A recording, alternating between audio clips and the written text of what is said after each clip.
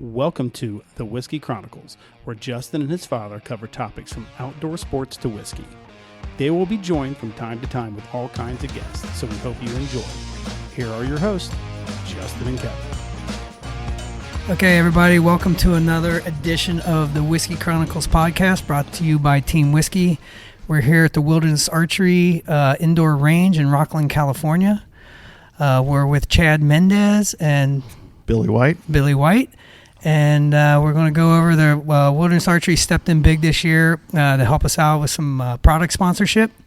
And so we're down here. We're going to promote them, and we're going to talk to Chad about what he's got going on as well.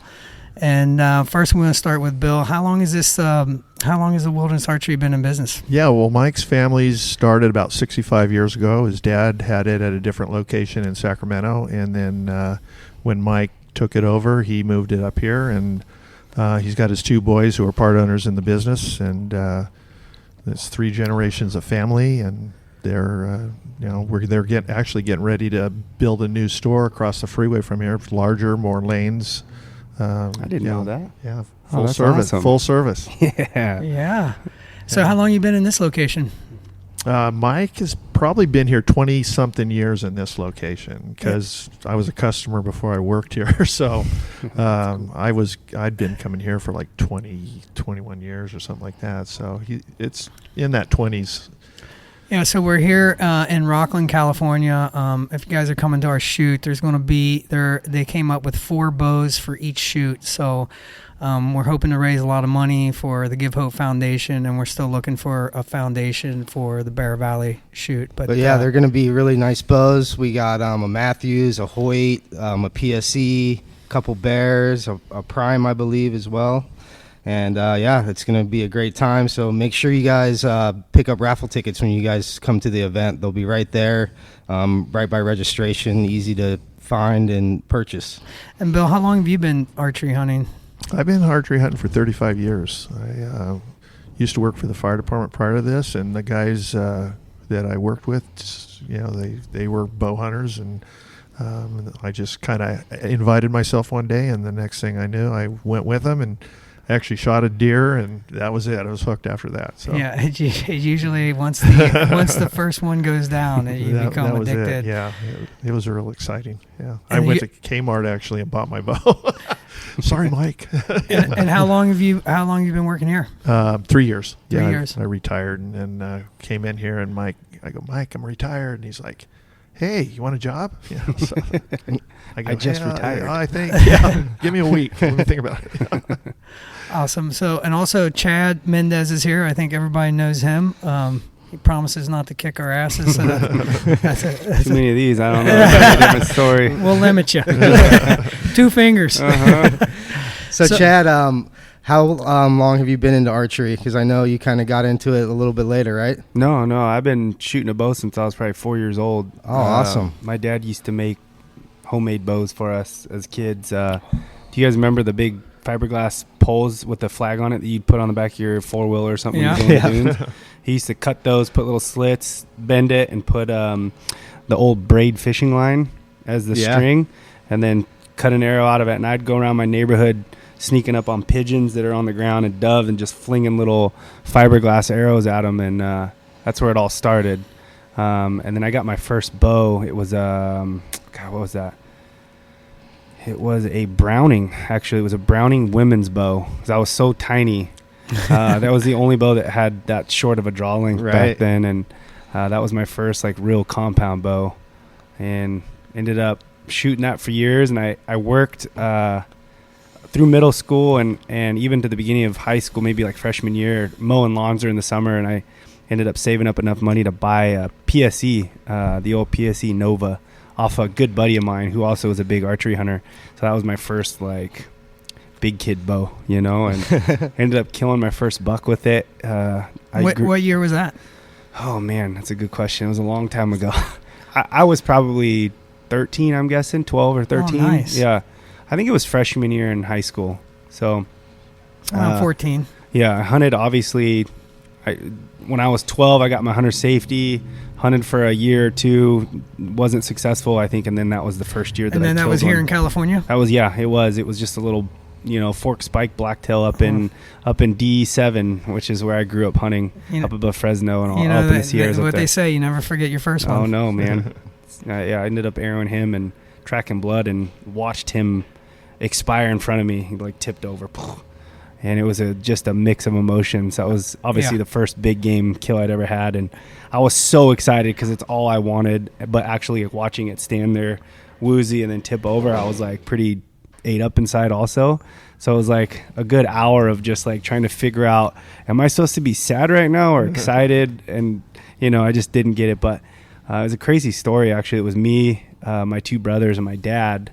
And this thing went down a huge canyon, ended up falling at the bottom, all the way to the bottom, and finding it dead, and then watching it die. He went back up to go try to get the truck, and got lost. He got lost in the woods. It got dark. We were dragging this buck out and got lost in the woods in the dark, and we ended up dragging this thing into somebody's before campsite. GPS. Oh yeah, it was way before. And middle of the night, we dragged this thing into somebody's campsite. We see a flame, and so we go over there and scared the crap out of this guy sitting around the campfire. And thankfully, he was a cool dude and ended up giving us a ride back to camp. And my dad was lost in the woods for hours, and finally ended up figuring out how to get back to the truck. And he met us back at camp. Like, I don't even know what time it was, but late. So it was a pretty crazy first kill experience, that's for sure. So you had some mixed emotions. I remember when I had my first kill, it was a similar kind of thing. Like, do you feel sad? Are you excited because all the hard work you put in finally paid off? But yeah, it is a mixed kind of bag of feelings. I think everybody experiences that for the first one. I think if you don't, then you something's wrong with it. To me, I always say it's the most spiritual thing I've ever done. I mean. And I don't think I ever get to the point to where, I smoked them. I'm not that type of person. I just like, to me, it's always a blessing, right? Yeah, right. I'm kind of like that too. I think with my first experience was with the bow was one thing, but I grew up. My dad was a hunter and not a bow hunter, a rifle hunter. But I can remember, like 5 years old, going out hunting with him, and I had my little Daisy BB gun, and then that's kind of the way it started. So I was used to seeing my dad kill game, and we were all involved in the process of processing the deer out and everything like that. So that was no.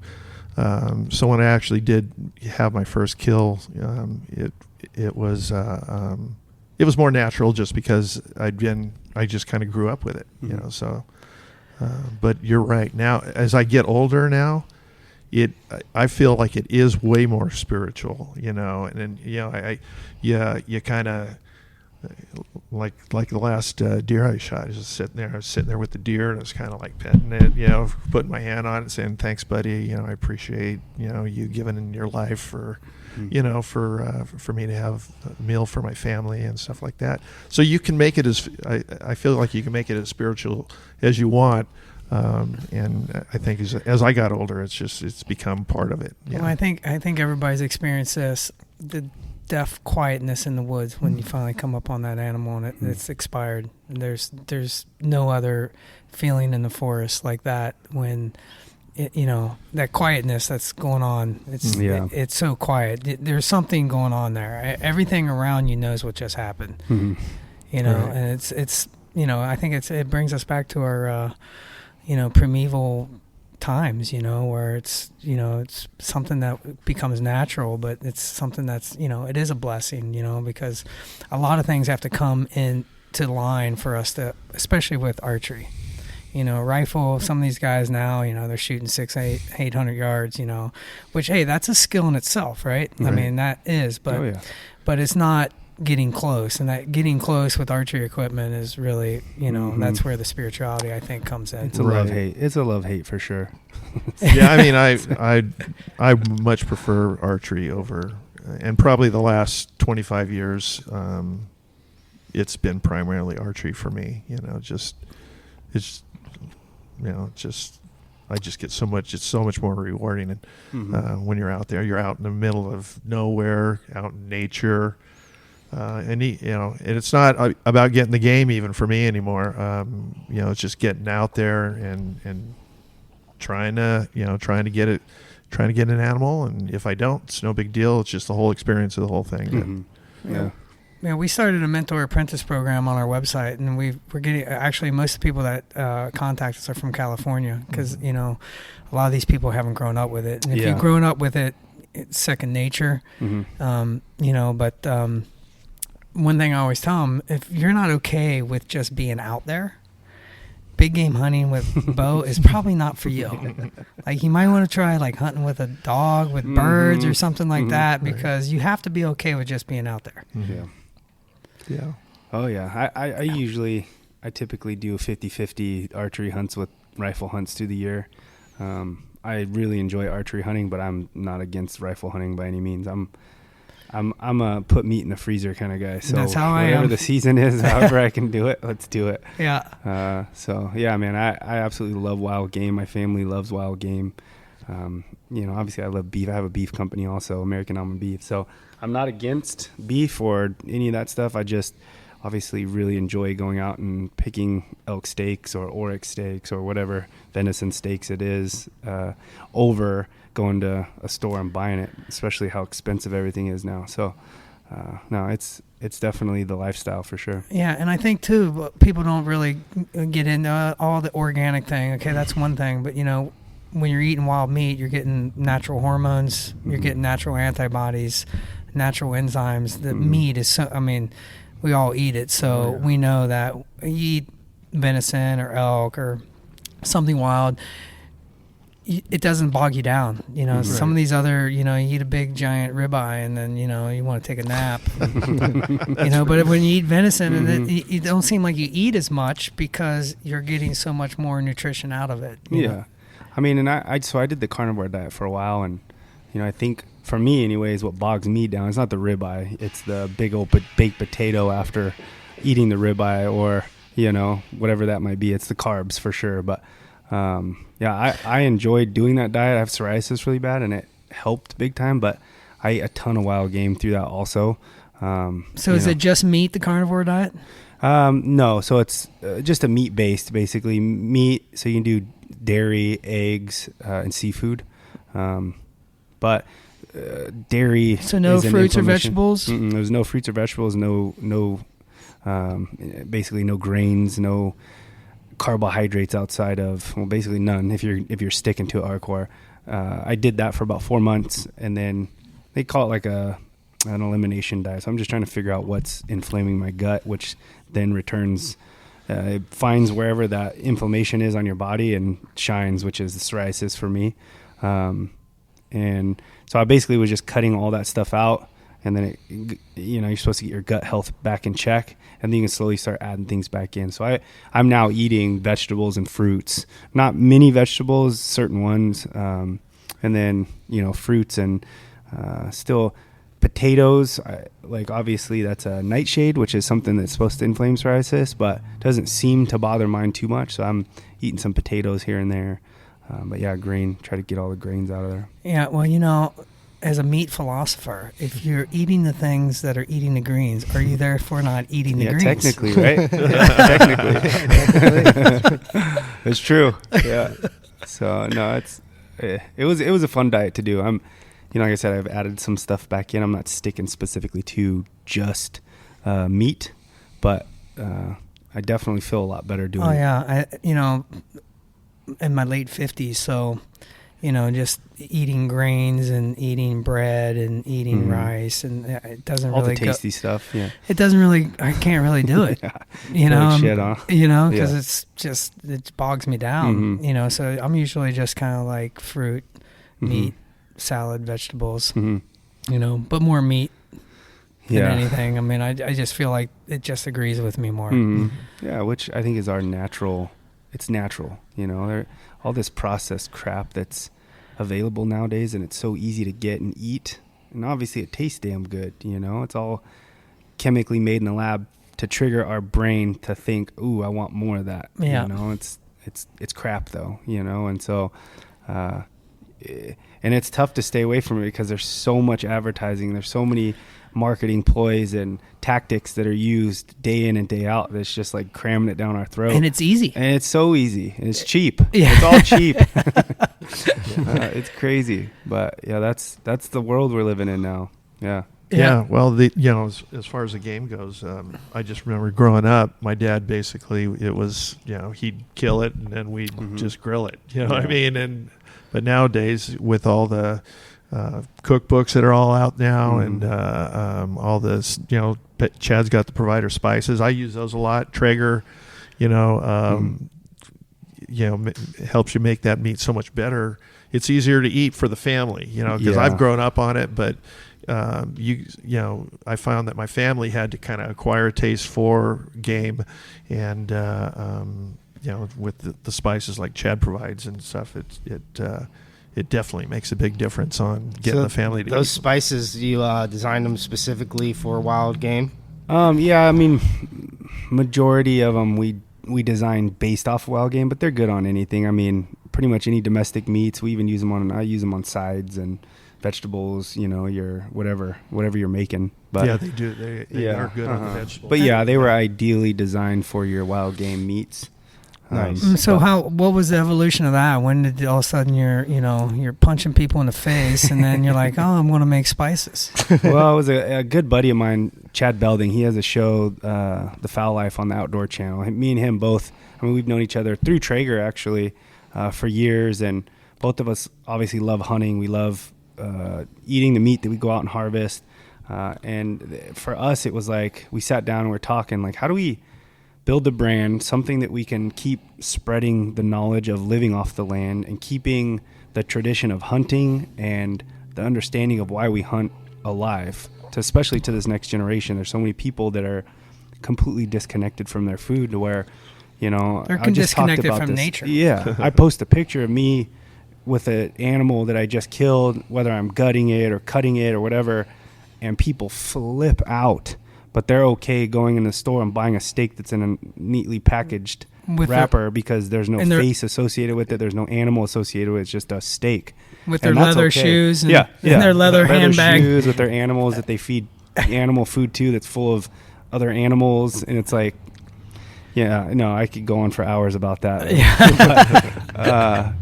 So it's just crazy how disconnected a lot of the next generation is. And so we're trying to basically bring that knowledge back to light and keep that tradition alive. I want my daughters to know why we hunt and what it's all about, providing for yourself, providing for your family, providing for your friends, and just living off the land. And so we created The Provider, which is a brand that we came out with a cookbook. It has a ton of wild game recipes in it, domestic meats recipes, side, even some cocktails.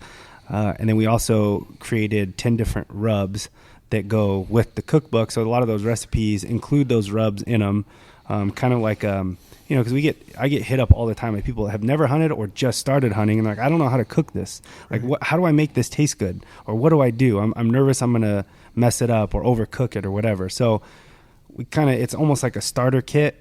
Here, take this stuff. There's going to be a how-to and basically how to cook venison 20 different ways. Here you go. Now, tell me this. Are you going to be able to have some of those at the shoots in the booth so that people will be able to purchase them? Yep. We'll have cookbooks. I don't have rubs here, but I could definitely get some sent out. Yeah. We should probably I think it would be good to have some of those sure. there and, the cookbooks and some rubs there because, everybody that comes there is in the same boat we're in, and I wonder if I should just get a few of the 10 packs, maybe like 10 of the 10 packs. Yeah. Just for people to grab one. Yeah, they'll probably want to bring as many as you can because I think there's, we're going to have a fair amount of people there. Pretty good turnout. Yeah, it's going to be a good turnout. Okay. That, I think people will be really interested in that. Done. We'll do it. Yeah. And I think that's, what you said about getting people into it, the young kids. That's kind of where our mentor apprentice program started. Justin, he's in his mid 30s, and all of his friends are starting to want to hunt. Mm-hmm.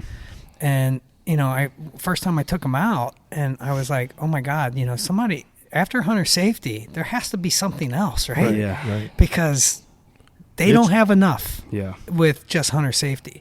So that's kind of where we started, and that whole thing about, processing them, the other thing is like aging them. I'm a big component of aging the meat. Mm-hmm. People don't understand aging really is a big deal.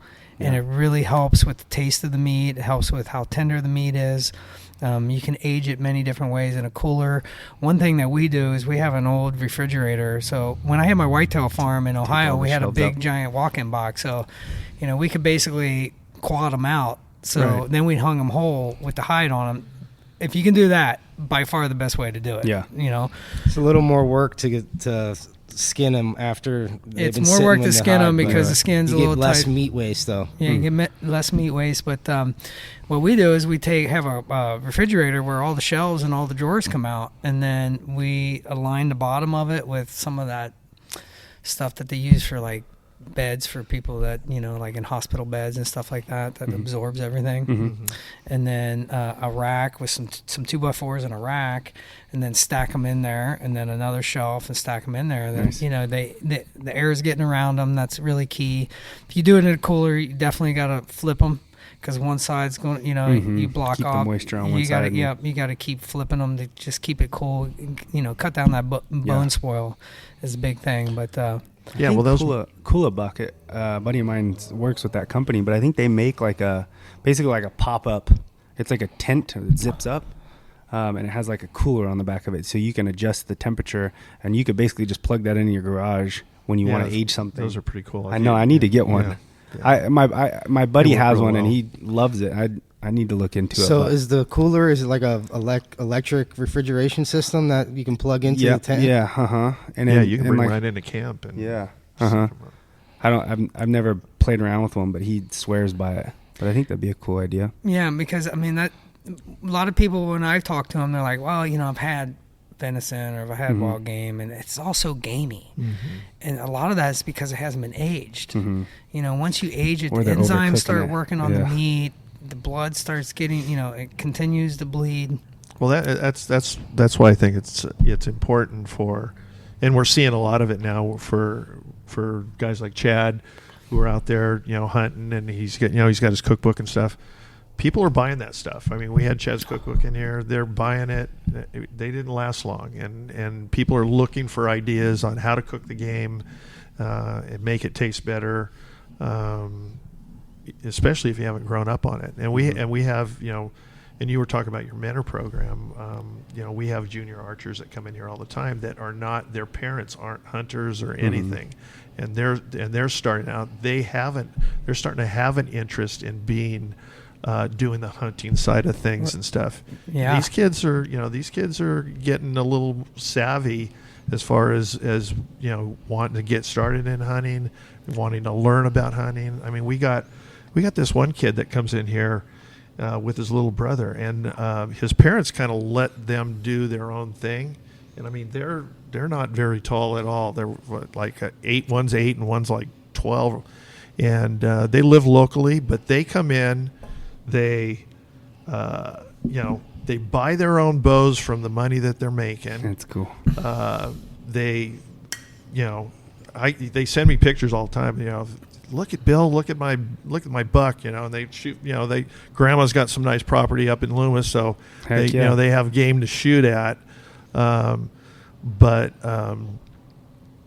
these kids are really getting into it, and I think the more material that we can give them, provide to them, and foster that, whether their parents are into it or not, I think that's an important step on that. Yeah, I think that's the biggest thing, because you're right. We have the hunter safety course, which everybody has to take to hunt, but there's so much more that goes into hunting than just what you learn in that course. It's like, all the field dressing, processing, and I don't know. I haven't done it obviously since I was 11 or 12. Maybe they added that stuff in, but I remember just being like, well, there's so much. Like, how do I? Thankfully, my dad was a hunter, so it's like he's there teaching me along the way. But for somebody that doesn't have anyone, which we get a lot of people that book with Fins and Feathers that have never hunted before, that's their first time, and they just don't even know where to start. We have to tell them to go get their hunter safety course done. Once they do that, then we put them on a hunt, and it's like, thankfully, those types of people have a little bit of money to buy an outfitter or buy a hunt that's guided by someone. But if you don't have the money, and it's like, and that's most I'm trying of us. to bare bone it. That's most of us. It's like, how do I find the intel to figure this stuff out. So I think that's a good idea with that mentor program. Yeah, to show people. we actually, it's for people over the age of 18 because every state does have a mentor program for youth. So they have special youth hunts for the mentor program where the mentor goes out. They get to hunt like in really good times. And before all the other people, like I know the rifle season usually is before the general public gets. This is all the youth season, is what you're talking about, right? Yeah. Mm-hmm. And but the big thing for us with the mentor program is the people over 18, because I think like 18 to like Justin's age, you know, this is it's a area that they've gotten lost. Mm-hmm. And so if we can teach them, so when we mentor them, we're not only mentoring them, they usually have kids. Mm-hmm. So we're actually getting 2 generations at once. That's cool. And so that really makes a big deal because, you know, it's something that's going to go on. And, you know, just, and for me, you know, I grew up in Ohio and, you know, I was a whitetail hunter. And, you know, the first time I hunted out here, I had all my whitetail clothes on. Halfway up the mountain, it looked like a yard sale behind me. I was like, I don't need this anymore. I don't need this anymore. Get rid of that. I'll pick this up on the way back. You know, so, you know, like if I would have had a program where, and I've been hunting my whole life, that I could have talked to somebody out here and said, hey, you know, let me tune you into the gear. Let me tune you into some tactics. You know, I would have taken it. You know, I mean, some people won't because, you know, their ego might get in the way or whatever. But, you know, that's kind of what it's for. Is as a matter of fact, I was just down in Bakersfield doing a show. I was talking to a guy from Louisiana, and he just moved out here, and he was completely different world. Completely different world. They eat everything there. If it crawls or swims or climbs, down there, man. They eat it. It's good. It's usually good too. Yeah. Whatever they do. Yeah. But you know, he was talking. He's like, you know, I don't know about this. You know, I've never hunted out here. You know, I was just talking to him, giving him some pointers, and you know, here's a guy. He's my age, hunted his whole life, 40+ year hunter. Yeah. Had no idea how to hunt out here. So, you know, it's kind of, you know, it's like, and no matter what terrain you go into, it changes. The gear changes, the tactics change, you know, so it's completely different. 100%. And I think it's so strange to me that there's so many people attacking in the industry, within the industry. There's hunters, you know, that attack hunting over bait in states or, you know, whatever it may be. But it's like there's so many different types of hunting for each state that work and stuff that wouldn't work, you know. Like you go to Texas where it's this super thick scrub brush, you know, and they go, I think they're called senderos, right? The roads, the sendero, right. And they dump corn and you got to sit and wait, and it's like, that's cheating. It's like, well, you try and go walk through that brush and get a shot off on something that's, you know, a mature deer. It's probably going to be jump it out of its bed and hope that it's the right one, shoot, you know. And you know, so there's different techniques for different states, but, you know, or whatever the animal might be, there's different techniques per animal too, you know. So, it's funny to see the hate inside. I get it all the time. If I'm, you know, I hunt in Ohio all the time with my buddy, and you can bait in what Ohio. County? Browns County, I think is where he's at. Brown County? Yeah, Brown County, that's right. Yeah. Down I had south. my farm was in Adams County, just the next county over. You know Zach Singler by chance? No. No? Yeah, he's a big buck killing fool down there, man. That guy's There's some guys back there that, you know, I mean, and Ohio has big bucks because of the season. They only get 1 week of shotgun. Yeah. So if you don't get it done with archery, then, you know, and after that first day of shotgun season, the deer know that the guys with orange vests and fire sticks are out. And they go lay in the greenbrier and the blackberries, and good luck getting them out of there. Yeah. No, I hear you. Yeah. But I love Ohio. Yeah. Yeah. I love it out there. Yeah, we were just back there and we got to hunt in Indiana, and you know, that was good because it's like home. You know, it's like it's the same stuff. The deciduous forest and hunting on the edge of fields, and we actually Justin and I use these same tactics. You know, we do hunt out of tree stands out here. Yeah, I mean, I love that. A lot of people told me when I first, you got a spot and stock, but you know, we're hunting over 8,000 feet, and there's 4-foot wide cedars that we see find these bucks bedding in, and you know, how are you going to find them with a spotting scope until you get right on top of them? And as we get older too, we're not all of us can climb that hill anymore. You know, that up to that 11 or 12,000, and like my dad, eventually in his 70s, he was sitting a lot, and he was sitting in a blind, and did he dig it? Probably not, but I'm open to whatever is successful. Sometimes, yeah. If it means sitting in a tree stand as being your highest success, I'll sit there all day long. If it means putting my boots to the ground and hiking however many miles, if that's what it's going to take, let's do it. Yeah. But I'm open to all of it. I'm not probably, obviously I love spot and stock. That's fun, but it's also you got to really be cool in an having area that you animal can come spot in. them from, hundreds of yards away, Mm-hmm. not 100 yards away. Because once you're within 100 yards, they know you're there. Mm-hmm. Yeah. So you have to be able to get a game plan to get close to them. And where we hunt, that's not an option. Yeah. I mean, we hunt up in, up by Tahoe. And so how are you going to spot them? And then, it comes to the same thing too. Like when you're talking about baiting, I use feeders and I had fields that I planted.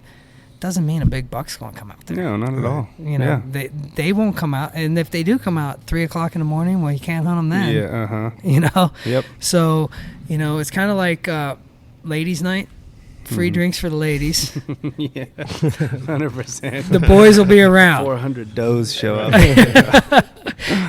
But so it doesn't always, Yeah. No, can you get a doe off of a feeder and a field? Well, yeah, because they're chasing their young ones. Their young ones are going to go out there. So, but it doesn't always necessarily mean that you're going to get that big giant trophy, which, sounds like you and I are in the same.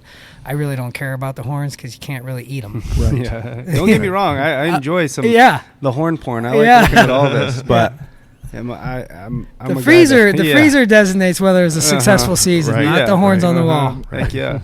I only get so many days away from the family, and if I come home empty-handed, my wife's not going to be happy. So we got to get that meat in the freezer for sure. That's awesome. That's all part of it. And then. So Justin. So when you guys are coming up to the shoot, everybody's probably going to be pretty excited to meet everybody. Wilderness Archery, they are coming through big with some bows and some banners, so it's going to be a good time. Chad, can you go a little bit into your background a little bit? Like, what made you want to start punching people in the face for a living? Well, I started wrestling when I was 5 years old and wrestled every year up through college. And the whole fighting gig came about with Uriah Faber. He was a wrestler also. He was at UC Davis. I was at Cal Poly. And my head coach at Cal Poly would put a 6-week-long wrestling camp together every summer up in Squaw Valley. And he would bring in different top-level college wrestlers as counselors. Like we'd all be counselors and show technique and stuff. And Faber he brought over, and then obviously all of us would go down there and work it. And Uriah was actually training for one of his beginning fights. I don't know if it was his second or third fight, but he had one coming up, and he kept hurting everybody because they were all wrestlers. He's doing jits and just kind of a spastic dude anyway. So. He's tearing ligaments and popping shoulders out on accident, and so nobody wanted to work out with him anymore. And he's like, "Well, shit, I got to train. I either have to get somebody to work out with me here, or I got to go back and train for this fight." So I was like, "Shit, I'll roll with you. I don't know what I'm doing," but so me and him rolled for a few hours, and obviously he submitted me a ton. I had no idea what I was doing, but he's like, "Dude, I think you'd be really good at this." He's like, "If you want to try it, after you graduate, move up. You can just crash in one of my spare bedrooms until you get enough money to get your own place." So I graduated that very next day, moved up to Sacramento and moved my stuff into one of his spare bedrooms and jumped right into pro practice with all these animals. And I trained for like 3 months and had my first pro fight, submitted the dude in the first round, and I think I made like $3,000, and I was like, I'm rich. This is great, like right out of college, and just fell in love with it. And so I was like, the goal and what I told myself leading up to that was, like, I have a degree in kinesiology. I'm going to try to fight. If I'm good at it, I'll stick it out for a few years and make some money. If I suck at it, I'm going to just go get a job. And I ended up being good and loved it. So I stuck it out, man, and ended up making it to the UFC and top of my weight class and, fighting for the title a few times. So, yeah, it was a fun journey. So you're still fighting. Well, I just fought. I'm done now. No more. That's what they all say. Well, I've been done. You're not Tom Brady, are you? I retired from MMA. There we go. This was a boxing fight. It's different. I don't have to worry about kicks or grappling or 5-minute rounds. And the it's gloves bare are a little knuckle. bigger. Yeah, Smaller. No gloves. It's bare knuckle, right? Oh shit! It was fun. That seems a Better little bit be more quick. extreme. That was good. No, I knocked him out in the 4th round, so we're good. So what's the biggest adrenaline rush? Arrowing an animal, big game animal, or knocking somebody out? Arrowing a big animal for sure. Yeah, I absolutely love that. I don't think there's, I mean, obviously besides my family, there's probably nothing that gets me more excited, honestly.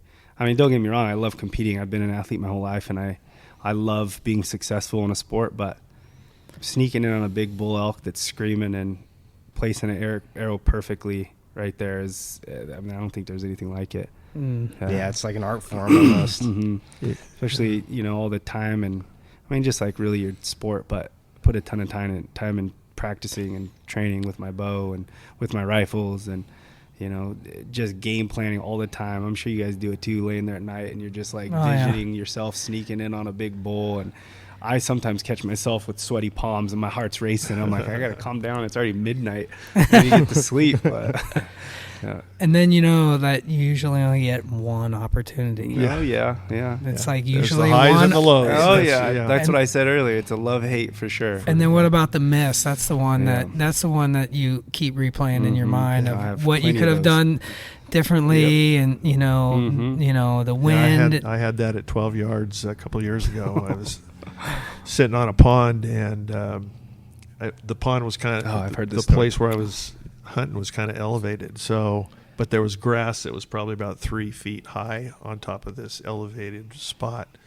So I was laying behind it and just sitting there and just kind of looking at my phone, blah, blah, blah, blah. And I thought, well, an elk is not going to sneak in here without me knowing it, So I'm just sitting there. All of a sudden, splash, splash. I can hear it. I go, are you kidding me? And I look up, down at the pond from behind the grass. There's an elk staring right at me. So I'm back down, and so we're 12 yards. We're 12 yards apart. Oh man! And I'm like, okay, this is it. Are you going to get up on your knees, or are you going to stand up and just drill it? I said, it's a Volkswagen sitting right there, right in front of you. You got it. How bad of an adrenaline kick did you get on that one? Everything's happening. It's like Starting to shake. Yeah. So, I decided, okay, I'm just gonna pop up on my knees, pull back, and let it fly. And what happened was I jumped up on my knees, pulled back, and when I lowered my bow down towards the elk, my arrow was in the grass.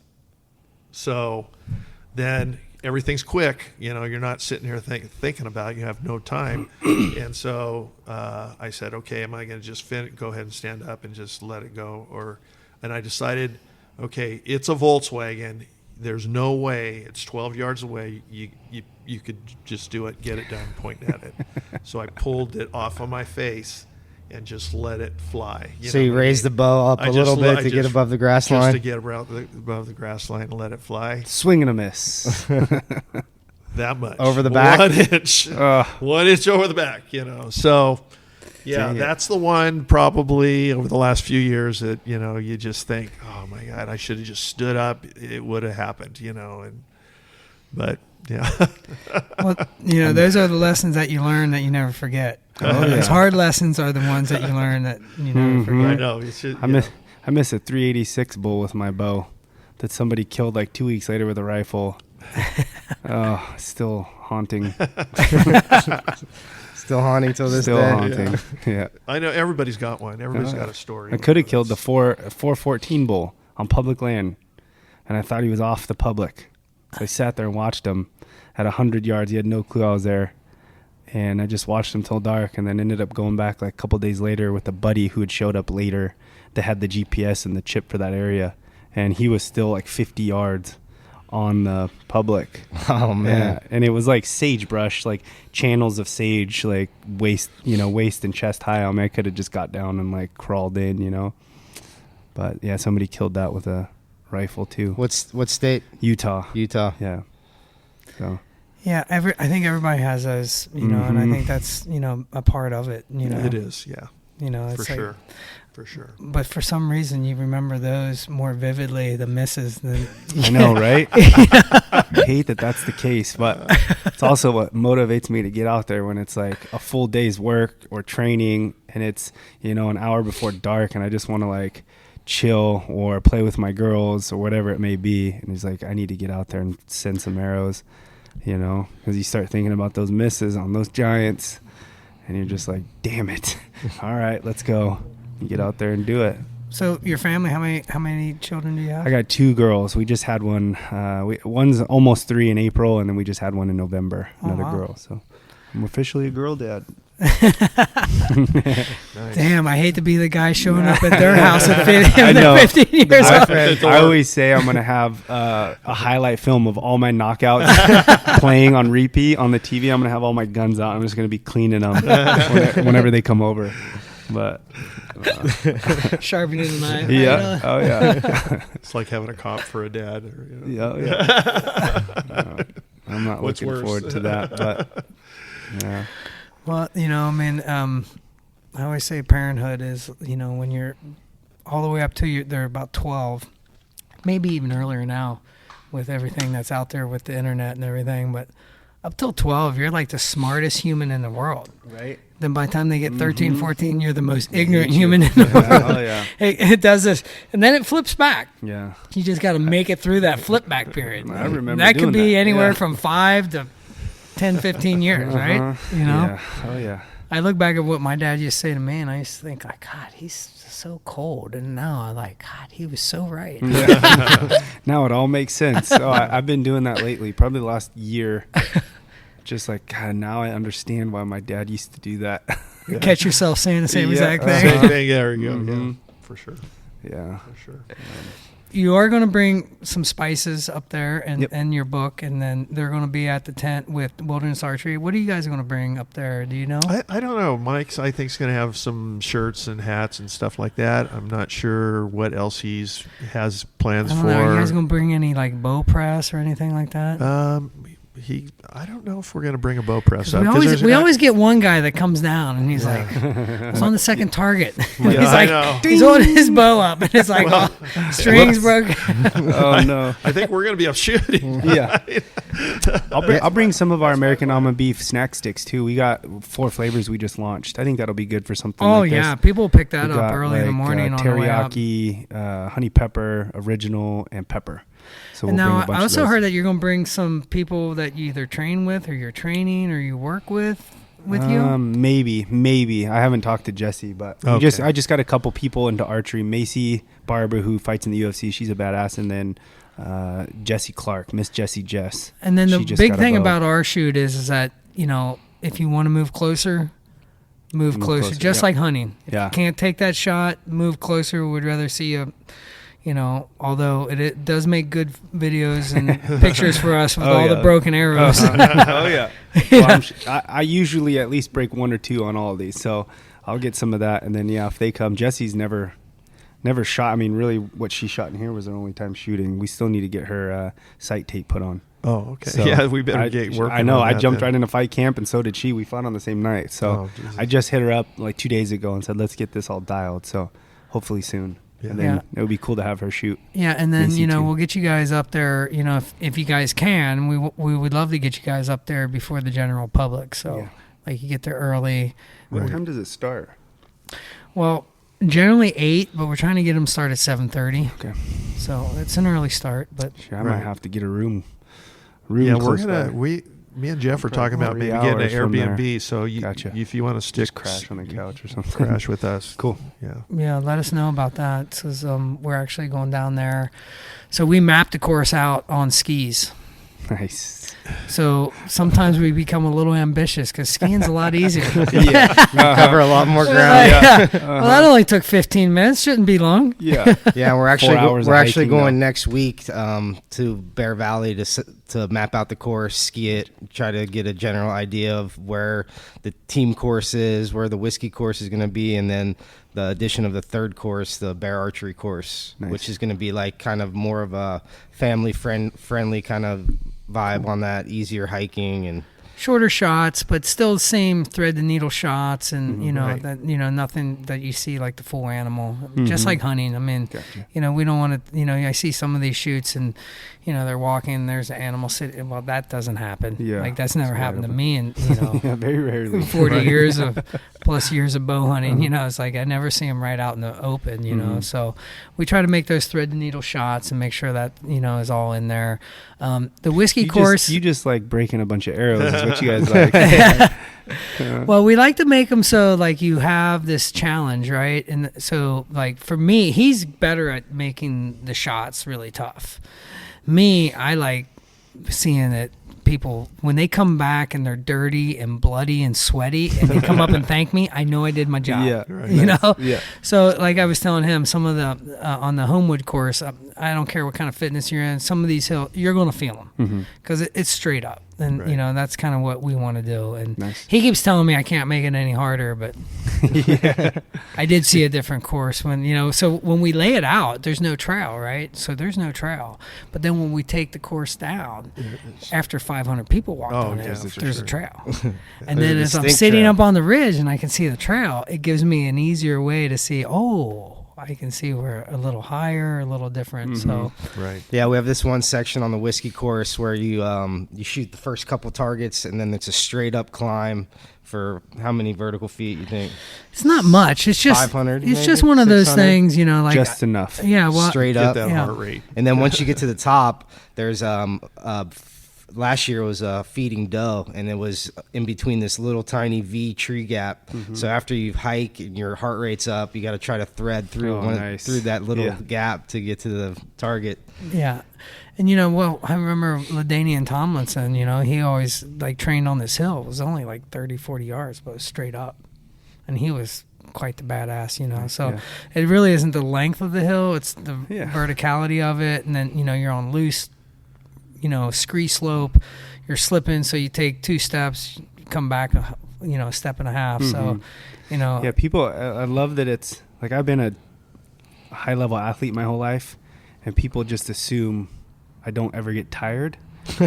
I get tired all the time. In fact, I'll probably be huffing and puffing up that hill, but it's like it's the recovery that I associate with being in decent shape, Right. like where I'm still going to be dying just like anybody else going up it, but I can keep pushing through it and get to the top. But people are like, well, you're breathing heavy. It's like, yeah, I'm tired. I'm whooped. Yeah, well, we carry at that point, that part of the course, we can't get any kind of UTV or quad up there. It's just too steep and too yeah. loose. So we have to put them on the back. So Yeah, we use I've carried three animals, packs. three animals Oh, up yeah. there, and Wow. we just did our last podcast with this guy Pete. He's a retired law enforcement from Tahoe, 40 years.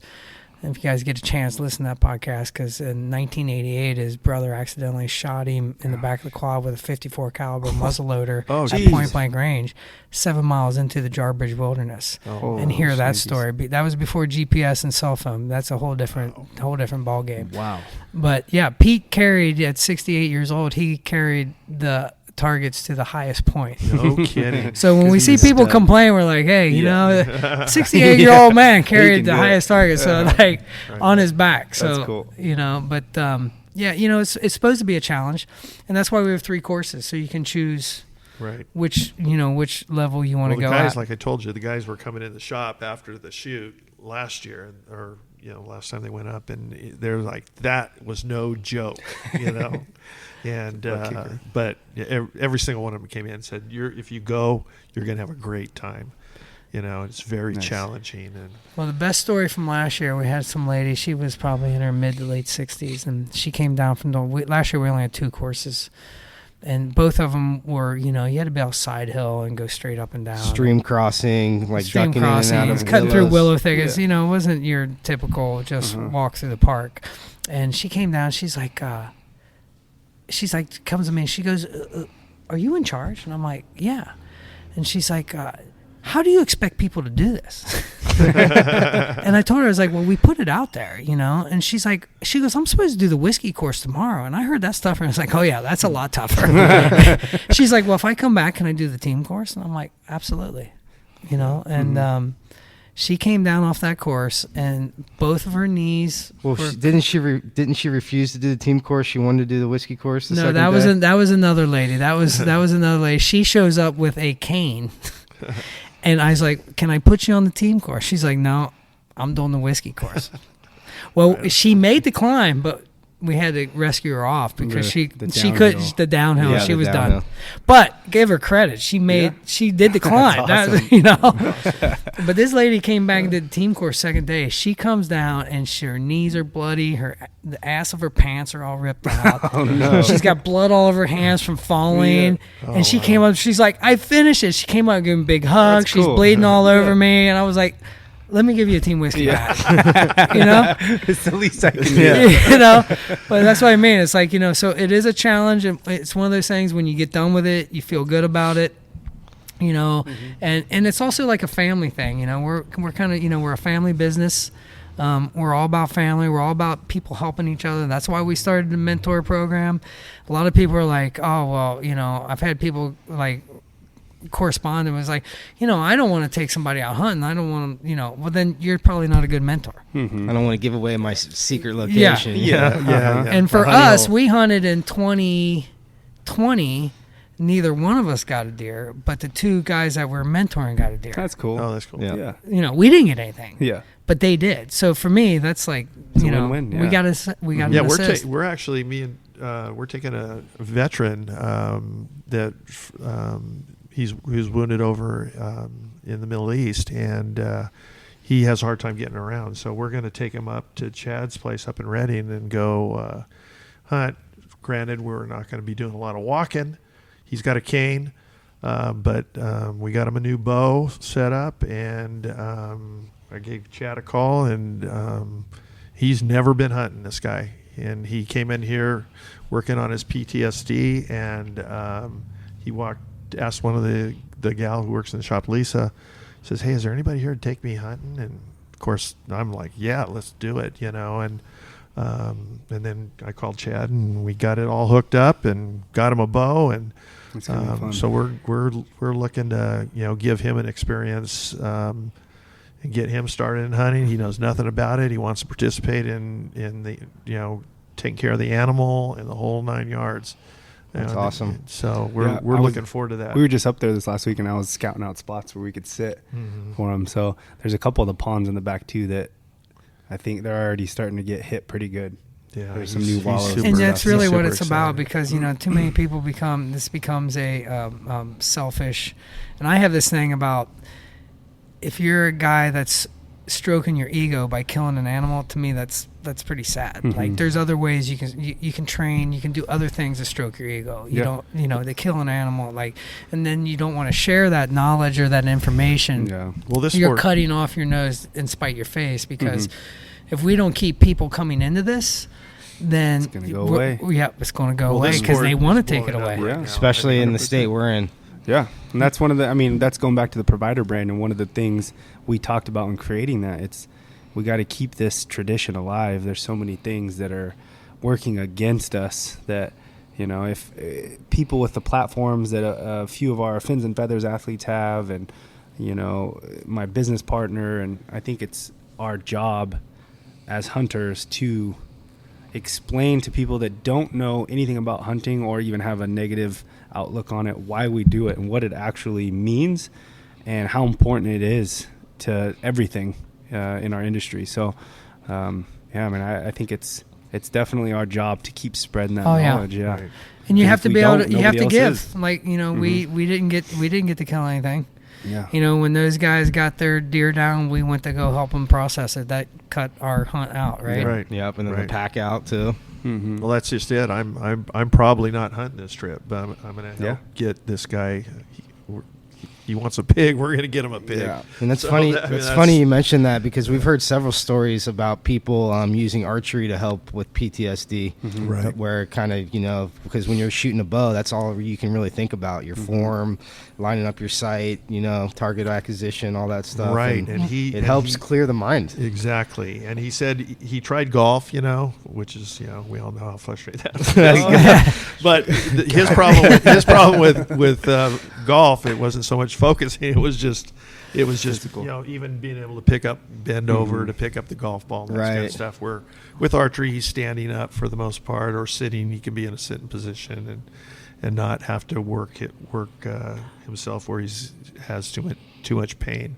So we actually got an apprentice last year, and she's from Stockton, and she was suffering from PTSD, and she reached out to us, and I answer them back, and we get no money for this, so like we're doing this out like just to keep it going, right? So we'd love to have somebody sponsor one of these big companies, because like the people that we have mentored, they're spending between them all tens of thousands of dollars on gear and equipment and stuff, so and licensing and all that. But she reached out to us, and hearing her story, here she was, PTSD, parents died, single mom, and then the first time she shot a bow, she's like, I found it. Yeah. She couldn't even leave the house, she said. She didn't leave the house for over a year. Yeah. She was shooting her bow in the house. That's and awesome. then she's like, well, I need to get out to a longer distance, so I have to get out of the house to shoot at a longer distance. And that's what got her out. So we talked to her, and then she came up, and she shot the course last year, and I told her, it's like, if you want to go out with we have brand ambassadors all over the country. We put them together in a house. Now they're all like really good friends. They didn't even know each other last year. Now they're all really good friends. It's like, if you want to go out with them, go out with them.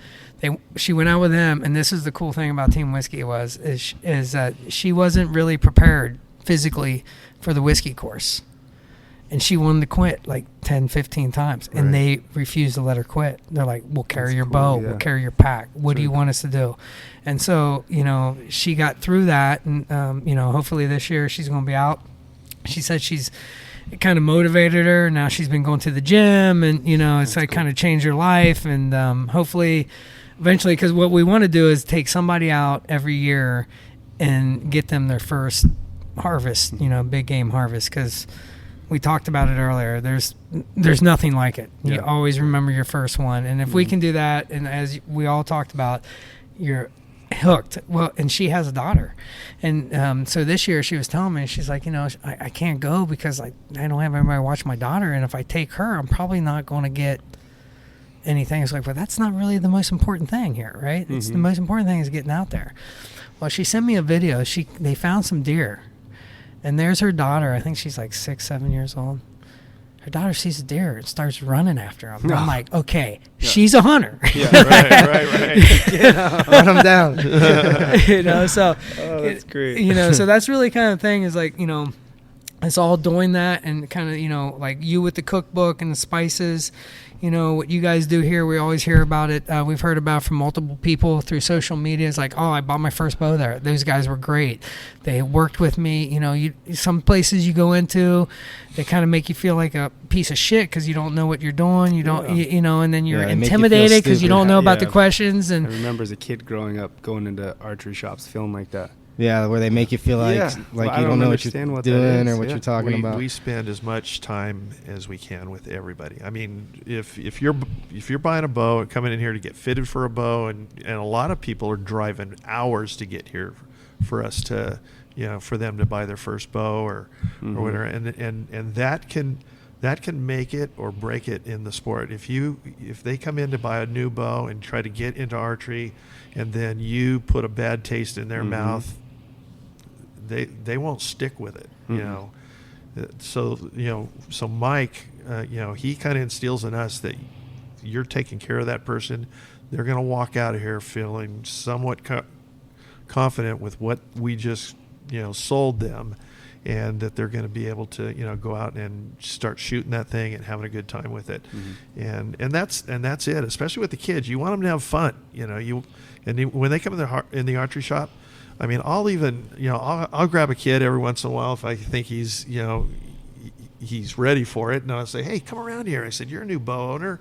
I said, "Let's put a peep sight in this thing." Yeah. And here, this is how you tie. You kind of tie the peep sight? And I'll let him, do some wraps and just tie his own. Not like we tie it, but he'd tie it. Put a couple slipper knots on it and just tack it into place. Yeah. Or hey, these are your arrows. Let's put some inserts in there. Let's glue it. Cut them down. They dig that stuff, and that makes a big impression on them. And their parents are like taking pictures, and they're like, "Thank you, man. Thanks for spending that kind of attention on our especially for the daughter. kids. I mean, it has to be enjoyable for them, right? And if they're not having fun doing it, then they're not probably going to want to do it again. And it also comes down to success. When you have success at something, you have a tendency to come back to it. Mm-hmm. And when you have somebody guiding you, you're more apt to get success at it than trying to do it on your own. Because let's face the facts. I suck at bowling.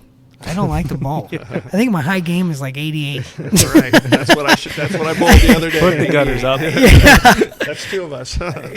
So like people say to me, "Hey, you want to go bowling?" It's like, not really. No, I don't. My daughter likes bowling though, so. But anyway, Chad, your company provider, and then can you tell them, like, everybody where they can get that stuff? We have a website, theproviderlife.com, theamericanalmondbeef.com, and then finsandfeathers.com. And fins and feathers are spelt with Z's. And that's an outfitting. It is, yep. We call it like a celebrity outdoor service. So we take people hunting and fishing on trips all over the world, and we have different UFC fighters, pro ball players, like PBR, pro snowboarders, actors that will join them on the trip. So so it's like a kind of a celebrity experience. Yeah, get to hunt with somebody. So they're going on a cool fishing or hunting trip that they would already probably book, and now they get to do it alongside someone they watch on TV or playing a sport or whatever it is. Who also, all of my buddies love to hunt and fish. A lot of them post about it. Some of them can't. But yeah, they're all big into the outdoors and love it. So awesome. Yeah, his provider stuff is at like Ace Hardware stores and stuff like yeah, that too. Ace, as well. We're in most Sportsman's Warehouse now. All the Murdoch's, Ranch Home and Supply, Big R stores, and just some random mom and pop stuff here in NorCal. Yeah, and then Wilderness Archery, if you guys get a chance, come there to get your bow, get tuned in. You guys do tuning and everything. Yeah, we do it. We're full service. Yeah, and like I said, the family's been doing it for 65 years. They know what they're doing, and it's done right. So yep. I've been coming here for probably the last 10 years since I've moved to Sacramento. This has been my bow shop. So love these guys. And it's just not hunting. It's just not for the hunting guys. It's target guys. We have it. I do if think we don't have it, we can get it for you. I do think there's a progression though, because we see it at our shoots and we see it with people for the mentor apprentice program. These apprentices, like I've been going to these 3D archery shoots for like 5 years, and I kind of want to see what it's going to do when I hit some meat. It is a progression that people like start to wonder, like, hey, it is. When guys come in and buy bows, that's one of the questions we ask them. What are you doing? Are you going to do target or what? He goes, well. This is my first bow. I think I'm just going to do target, but yeah, hunting definitely is in the mix at some point. Mm-hmm. And I go, okay, well then that's we'll set you up for that, and that's how we get started with them. But a lot of guys that hunting part of it is always there. So will you be able to have like brochures and stuff for Fins and Feathers at our shoots at the booth? Okay. Yep, we'll have that, and we'll have, like I said, I'll grab a bunch of the snack sticks. People can buy those, some of the rubs and the cookbooks too. Yep. Awesome. And then Wilderness Archery is going to be there. They'll answer all you guys' questions and get you guys set up. And then if you want to talk to Mike, it might be a good idea if you guys were able to bring some arrows and maybe, an arrow cutter just because people might want to pick up some extra arrows. Well, maybe some. Yeah. Well, if it's doable, I'll see if it's doable. It's doable. I've needed that before at one of the tacks. Yeah, I didn't bring enough arrows. Yeah, it's always good to be able to get some arrows. We had a guy Anybody that's listening, bring a lot of arrows. You can get them all at Wilderness Archery. And water. Make sure you bring plenty of water. we always recommend 3 liters of water. I had people show up and they have this little 16-ounce bottle of water. It's like, you're doing a 3 to 5 mile course with vertical climbing. It's sunny. You're in altitude. Yeah. So at least 3 liters of water is what we always recommend. And we'll have water stations out there, and we'll have people traveling around this year. More people, more Whiskey Kennies. More Whiskey Kennies will be out there. We have a guy that he shows up with special treats for people. So nice. Cool. I like it. He'll be out on the course, and he was a popular guy. We actually got people that said I got saved by Whiskey Kenny. So yeah, people were actually hashtagging Whiskey Kenny. Nice on the post. Yeah. So all right, guys. So like June 11th and 12th, we're at Skyline Bear Valley Resort, and that's in Alpine County, right off of Ebbets Pass. June 25th, 26th, we'll be at Homewood Ski Resort. That's on the west shore of Lake Tahoe. By far the most beautiful 3D archery shoot in the world. And nice. Chad, Wilderness Archery, thanks for coming doing the podcast with us. And thank you. We'll be excited to see everybody at the shoot. Yep. All right. Looking forward to it. Yeah, thank you guys. All right. Thanks, guys. All right. Yep.